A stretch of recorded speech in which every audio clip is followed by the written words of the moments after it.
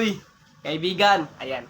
So, andito ka ulit at andito ka. So, welcome back to my YouTube channel and welcome back kaibigan. So, dito, in this video, turuan ko kayo kung paano malalaman kung registered ka na ba sa Smart kahit walang nakalagay na text messages sa inyo or walang dumadating na text messages sa inyo. So, dito, in this video, turuan nyo kung paano yan i-resolve ba. So, may nag-comment dito sa akin sa baba na ano daw, wala siyang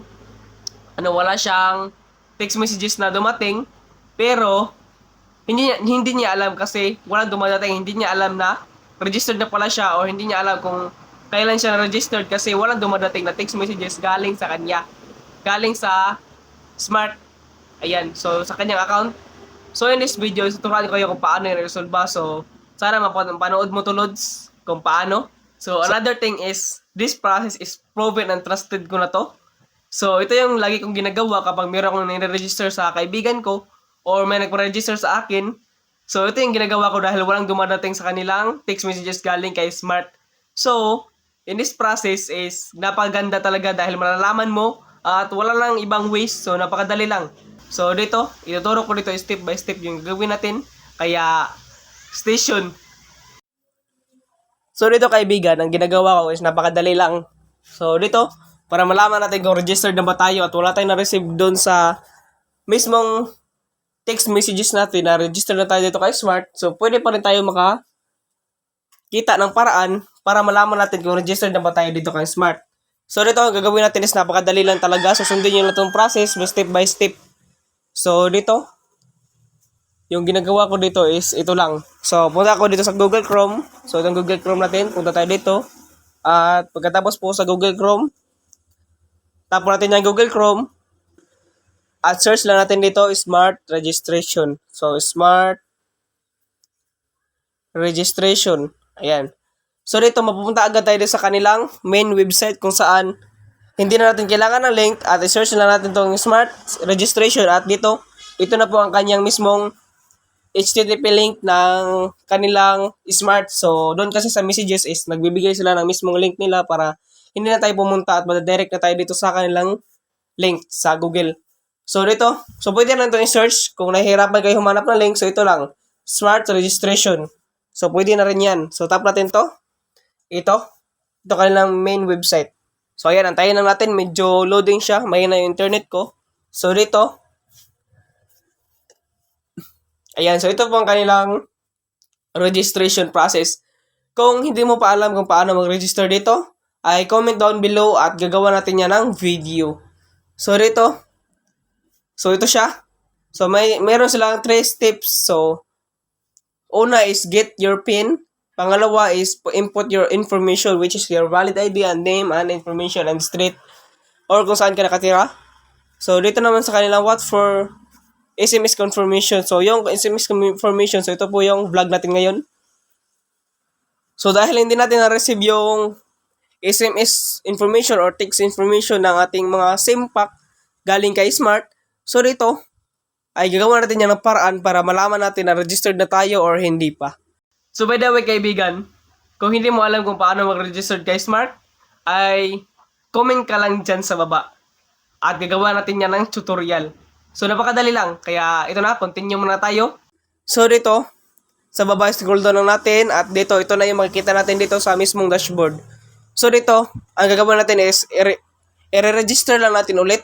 Tingnan natin yung magiging resulta sa SIM ko kapag registered na ko or hindi kasi wala akong na-receive na text messages sa akin sa bago kong biling SIM. So dito, sa pangalawa kong SIM, dito sa bago kong bili, try natin kung gagana ba talaga to.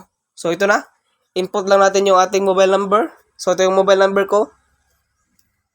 So dito sa pag-input ng mobile number, so wag na natin lagyan ng 0. So ito, wag na yan. So direct 9 na po tayo. Ayan. So ayan, yung aking number. At dito po, tap lang po natin tong check. I have understood the terms and conditions of Smart. So check lang po natin yan at ito po, tap po natin tong send OTP. So yung OTP po is code po yan. So i-fill up nyo po dito yan. Dito nyo po i-fill up yan. Lagay nyo po dito yung send na OTP nila. Ayan. So, antayin na po natin yung OTP na dumating sa ating mga account sa ating cellphone. So, ayan ang aking OTP. Ayan. So, ang next natin gagawin is, dito tap natin itong verify now. Verify OTP. So, dito tap natin yan. At yan, magbe-verify na po to sila. Ay, sorry, nagkamali ako. So, ito pala yun. So, 29 pala yung una. So, dito, verify na natin. So, ayan. So, ito yung sinasabi ko sa inyo. Already registered na yung account natin kahit wala tayong na-receive na text messages galing kay Smart. So, dito. O, ayan. Yan ang gagawin natin. So, sa akin is, nakalagay dito is, ito lang siya. Your mobile number is already registered. So, no worries for registration form was successfully processed. So, dito, is na-process na po nila at fully registered na po tayo dito kay Smart. O diba? So, ganun lang kadali. So, wag na kayo mag-alala dyan kung paano ba malalaman dahil dito is napakadali lang talaga at ito na, na-resolve na natin yung issue nyo. So, sana po nakatulong ako dito sa video at kung sa tingin nyo nakatulong ako, don't forget to like and subscribe para malaman ko po kung sino po yung mga natulungan ko dito sa video na to. So, thank you po and maraming salamat po. So, ayan. So, thank you po talaga sa panonood and God bless po. So, try nyo na po. Ayan, para malaman nyo po kung na-register na kayo or hindi. So, try nyo lang po. Wala na po mawawala. So, yan.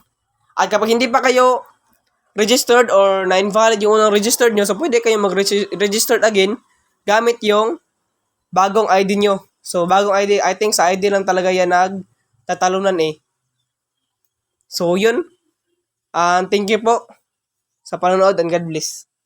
So, this is the end of our video. Ayan.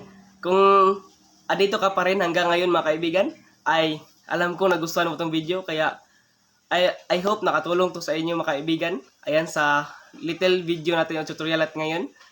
Ay, kung nagustuhan nyo ito mga kaibigan at nakatulong to sa inyo, ay tulungan nyo rin ako mga kaibigan. Kaya, please subscribe and like my YouTube channel. Ayan. So, para lahat tayo ay lumago. Ayan. So, thank you. Enjoy and God bless.